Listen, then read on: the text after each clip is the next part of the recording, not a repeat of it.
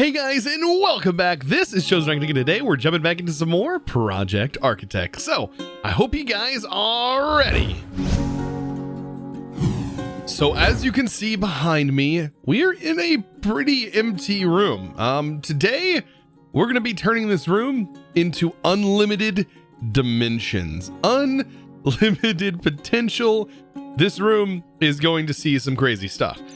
So, what do we need to get started? Well, RFTools dimensions.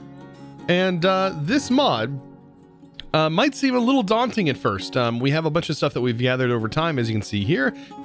But the reality of this mod is we have to create our first blank dimension, go into that dimension, and then hunt down bits and pieces so that way we can build our own custom dimension.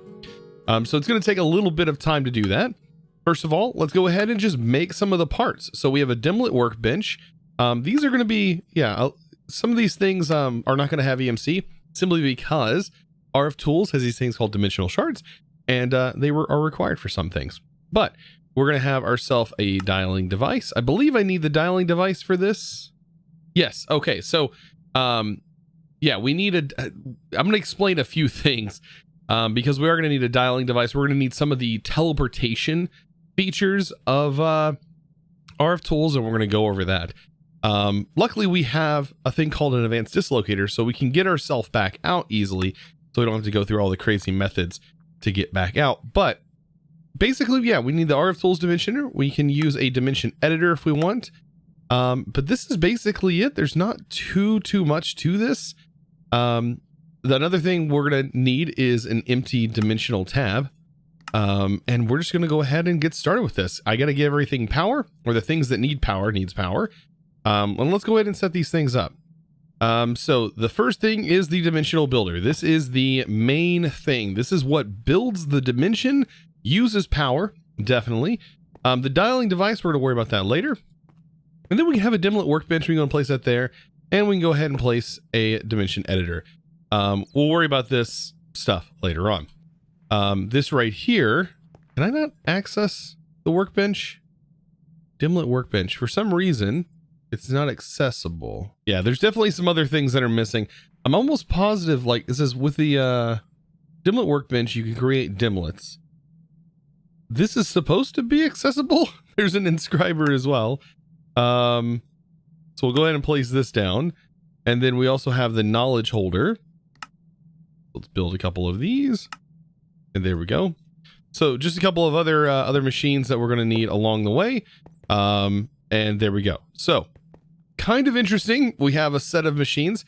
Kind of unfortunate that I can't access that machine, even though I think that's an integral part of this whole thing. Oh, and we also need the researcher. Yeah, this is the other part. This actually might be the part that replaces this. No, this is something different. Okay, so please note this, as you might run into the same issue that I was trying to figure out. So the dimlet workbench is definitely needed. That's why I said it's an integral part of this. But you have to place down a knowledge holder first, then place the dimlet workbench next to the knowledge holder. Then you'll get the interface that I was looking for.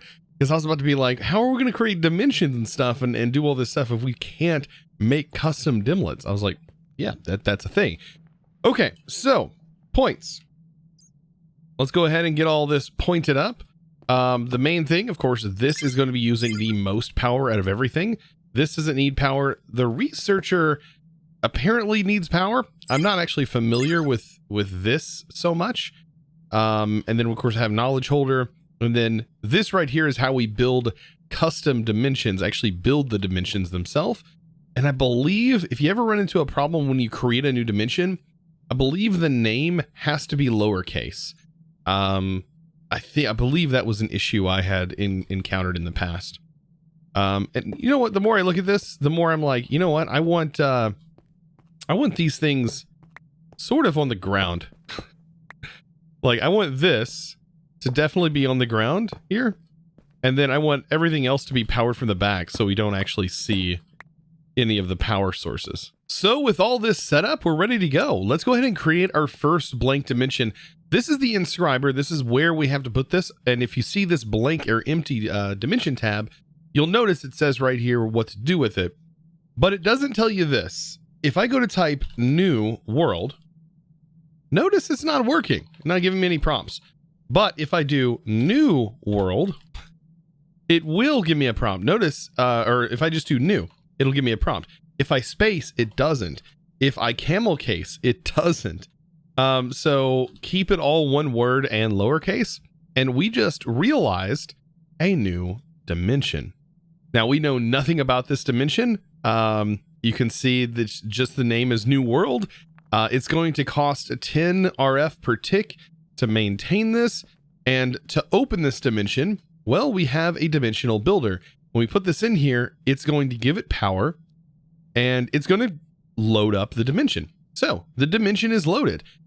How exactly do we access this said dimension? Well, that's where the power of RFTools comes in handy.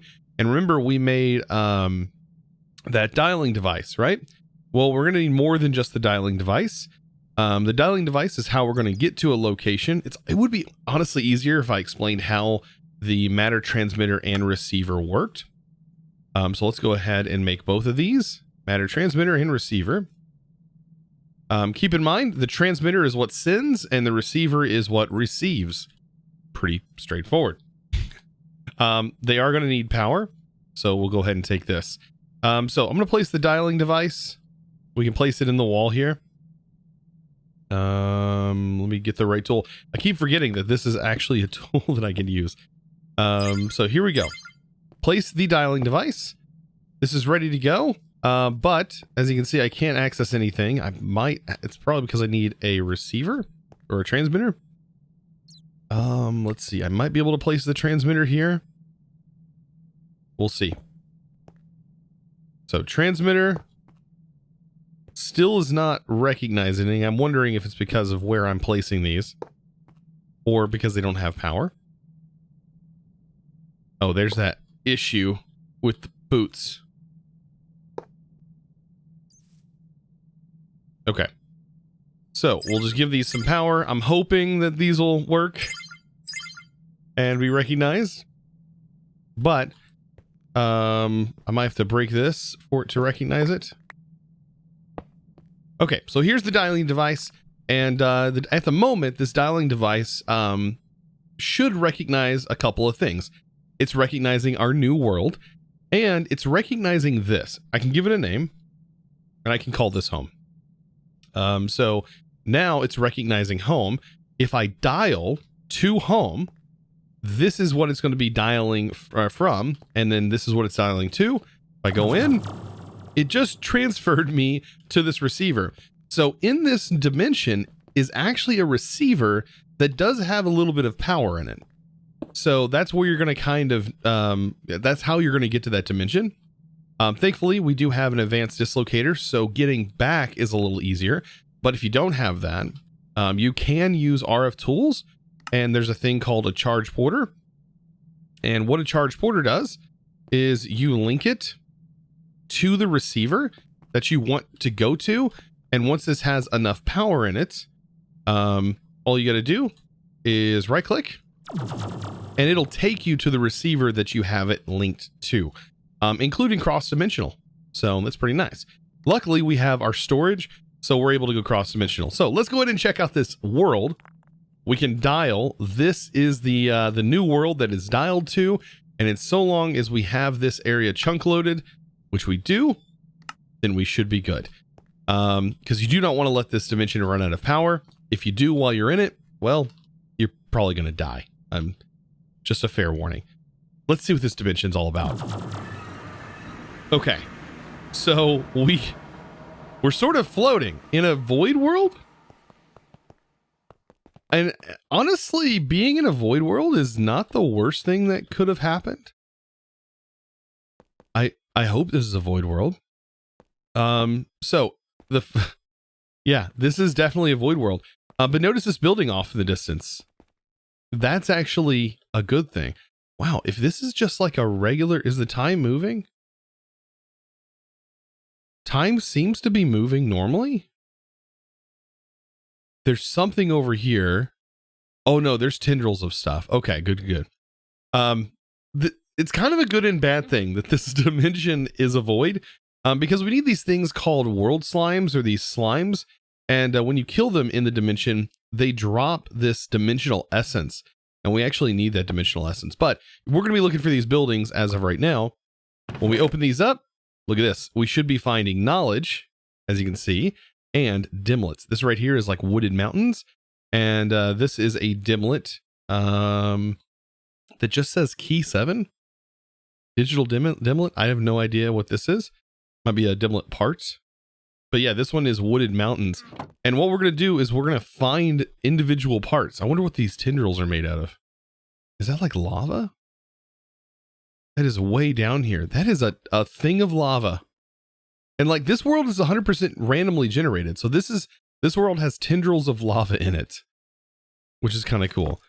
But yeah, we're going to be popping in here, and we might find slimes inside here. But this chest obviously had nothing in it, which is kind of unfortunate. But I've got to spend a bunch of time going back and forth, looking for dimlets. The big dimlets are the ones that have block types or fluid types. Those are the ones that you really are going to want to look for. So hopefully we get some slimes that end up spawning on top of us here. Like this right here, sulfur ore. So this is sulfur ore, and it's from thermal series. So if we were to put this into a world and create our own custom dimlet, there's most likely going to be sulfur ore of some sort of type, whether that is whether it's being generated in like a tendril or it's being generated in the normal world gen. There's a dark prismarine. Actually, this is so nice. This is a void world. It makes it so easy to see these. Now, this is stuff you definitely want to see, like lapis lazuli ore. Like getting these things are going to be pretty cool. And the more you have, you can set up dimensions that have like every single ore type. It's pretty crazy. Like this is iron ore. We have molten ender, which is like unlimited ender pearls, basically. Because we have created here, if we do have a world that we generate that is of a certain type of liquid, and let's just say we create a tendril, and that tendril is over 10,000 buckets in size, well, Create thinks it's an infinite source, and thus you could pump that said infinite source out of that, which would be kind of crazy. So this is your first time seeing RFTools dimensions. I bet a lot of you guys are like saying, you know, this is a lot like how Mistcraft was. And honestly, I would have to agree. This is basically how Mistcraft was. It was very, very similar. You would basically create a blank world, go into that world, hope that the world was not going to crash meteors on you. Good old times, right? And then you would basically go around and look for these temples that would have other sheets of paper on the in them that would help you make new and better dimensions. And so this is kind of similar to that, except with way more. You don't have to make as many dimensions, and the dimensions aren't always going to kill you. Like, not always anyways. And after about 5 or 10 minutes of hunting, hey, I found my first legendary lost knowledge, which is pretty nice. Now, still, this dimension is not the greatest dimension. Let's just put it this way. Because I'm not encountering any slimes, you really do want to encounter slimes. And I don't know if they're gonna like they would spawn in like these areas. Like this is the only kind of land that is generating right here. The only kind. And I've not seen any of those slimes that I really need. So I am now back after a little bit of hunting. Let's take a look at what we actually have here. So I do have this. I want to take all of these out because I believe they just go in the knowledge hold. Slowly pull all these out. I believe it says right here, yeah, they can be used in the knowledge holder to help create dimlets. So yeah, we put them in here, and I believe when we go to actually create custom dimlets later on, we are going to need them. I don't know though. Do we put these in the researcher first? I feel like I remember doing this and speeding these up. And then we have lost knowledge. Ah, yes, we have to research it first. So if I put this in here, now I have some things that are researched. So because of that, Like I have all of this new knowledge. So when I click on these, this is how I'm actually learning stuff. So this does, this will have to be like researched. And for example, like I can throw this in here. This will get nice and researched up. I can of course speed this up. That makes it a lot faster. So this now says pattern, and it says legendary block, dragon immuned.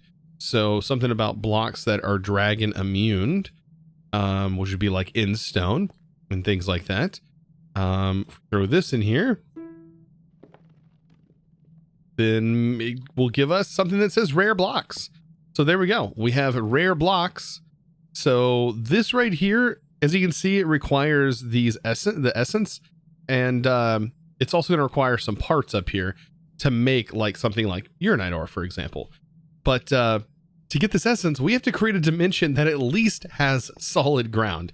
So let's do that. Let's go ahead and create a dimension. We can actually pull this dimension out, and we can throw this over here. No big deal. Currently we are dialed. I'm gonna go ahead and interrupt that dial just so we don't accidentally walk into it.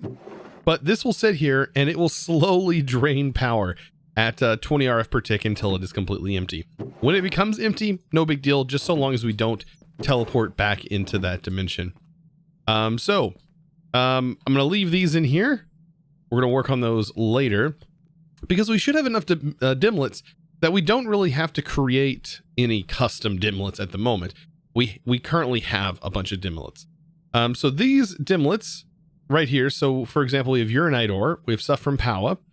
The ones that have like little checkerboards, those are going to be like block types, like different block types that can be used to modify different terrain.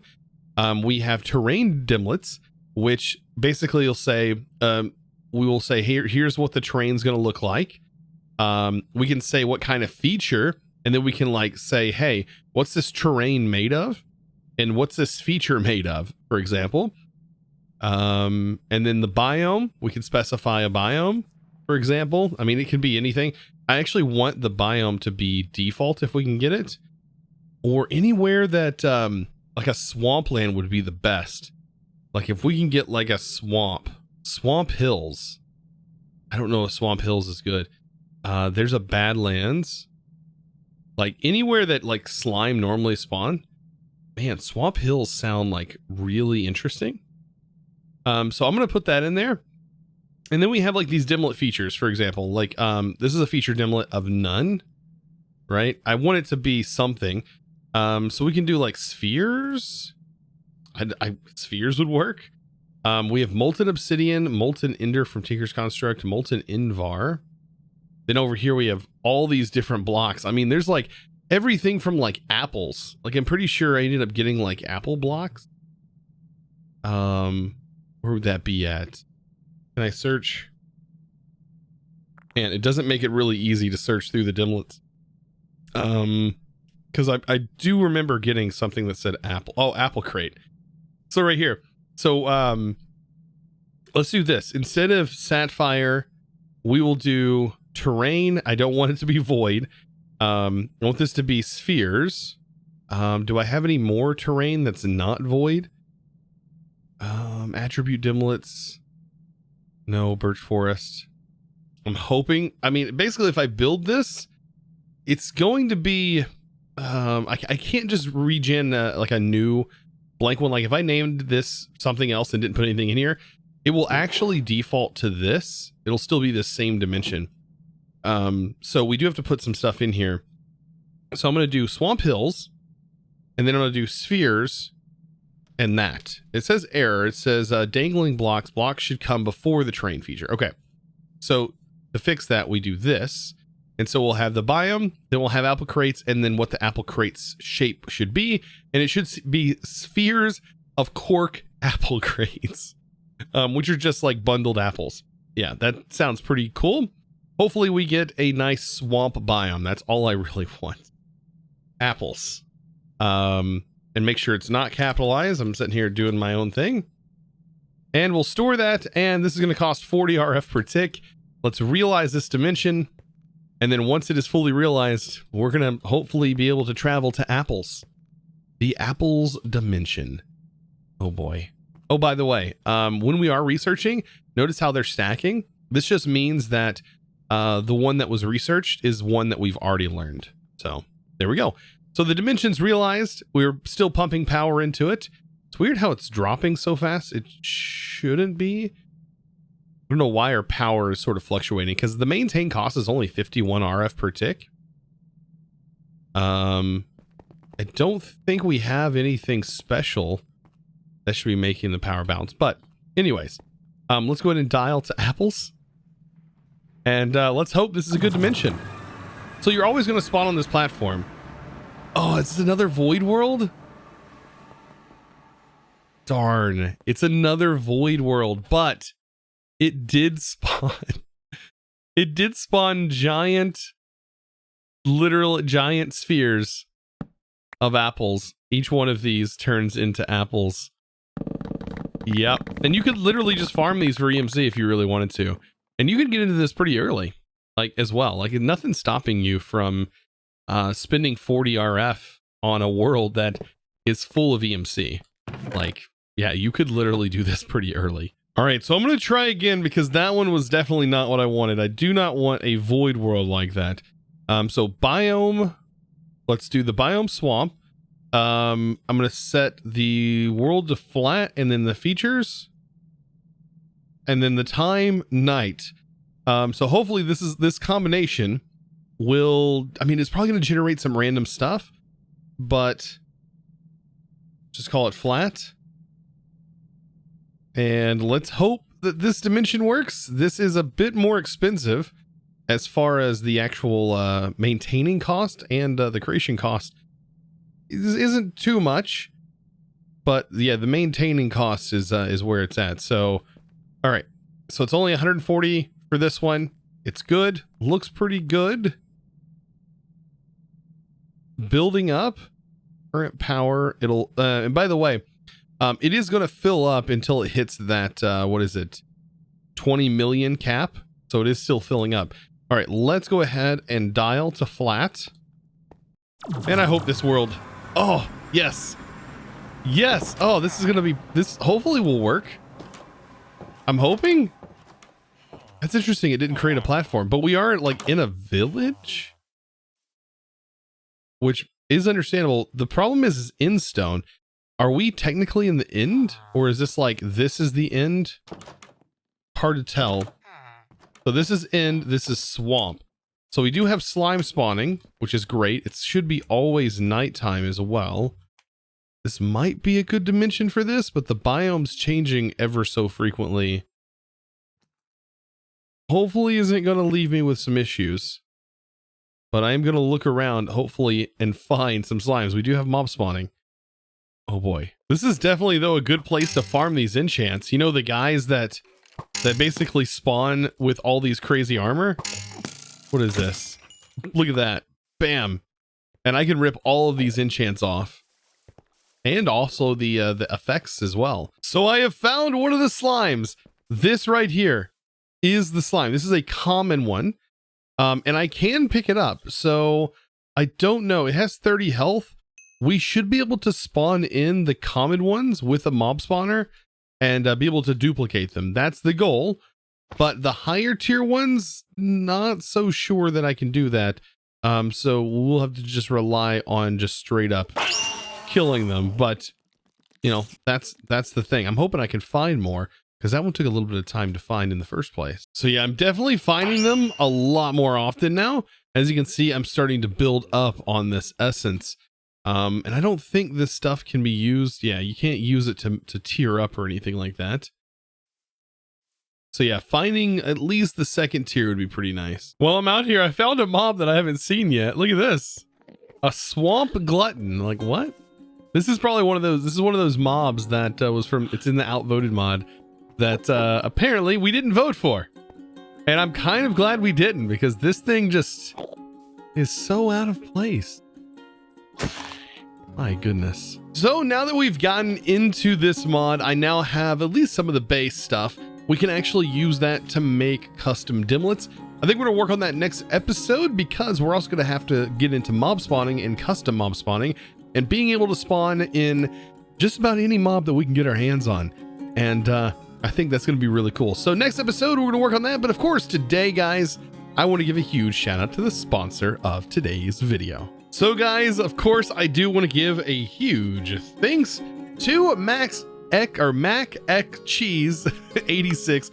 Thank you so much for your amazing support, by the way. Becoming a Discord premium member, and not just any premium member, a diamond tier premium member. So thank you so much for your amazing support. And of course, guys, if you're interested in joining the Discord, all you gotta do is go to discord.gg/ChosenArchitect and join one of the best Minecraft communities on the internet. That is absolutely no joke. We are over 23,000 members strong, and it's all thanks to you guys. You guys are absolutely amazing. And of course, guys, I hope you enjoyed. If you learned something, be sure to click that subscribe button and also comment something down below and let me know what you learned and what you enjoyed and what do you want to see next. And guys, as always, thanks for watching.